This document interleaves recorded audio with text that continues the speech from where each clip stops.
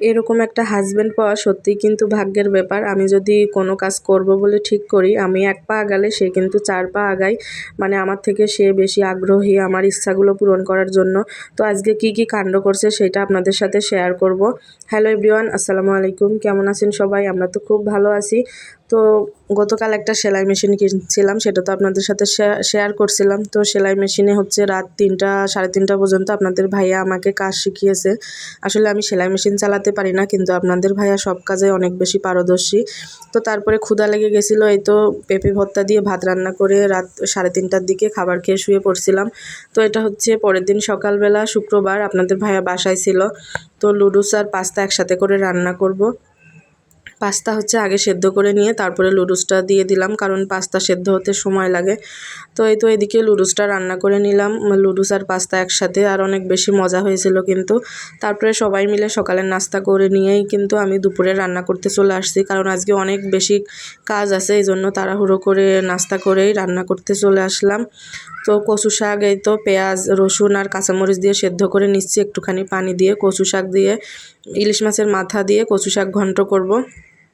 আর এটা কিন্তু আমরা খুবই পছন্দ করি, আপনাদের ভাইয়া আমিও। তো এই তো কচু শাকটা সেদ্ধ হয়ে গেছে, এবার হচ্ছে ইলিশ মাছের মাথাটা একটুখানি ভেজে নিয়ে তারপরে পেঁয়াজ আর রসুনটাও ভেজে নিচ্ছি। তো তারপরে ভাজা হয়ে গেলে একটু ভালো করে একটু ঘেঁটে নিব। তো এইভাবে কে ইলিশ মাছের মাথা দিয়ে কচু শাক রান্না করেন অবশ্যই জানাবেন, আমাদের কাছে তো খুবই ভালো লাগে। তো এদিকে ভালো করে ভেজে নিয়ে এবার শাকটা দিয়ে দিলাম। আর আমরা কিন্তু শাকের মধ্যে সবসময় মানে শাক ঘন্টের মধ্যে আতপ চালের গুঁড়ি এইভাবে দিই। তো তারপরে ভালো করে ঘেঁটে নিয়ে এই তো শাক রান্নাটা কিন্তু একদম হয়ে গেছে, আর অনেক বেশি মজা হয়েছিল শাক রান্নাটা।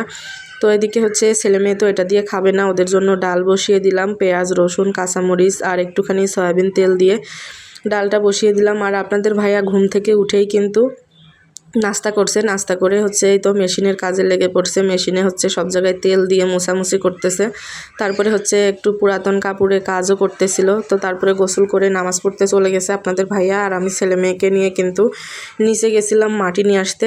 এখন কিন্তু মাটির অভাব নাই, নিচে গেলে মাটি নিয়ে আসা যায়।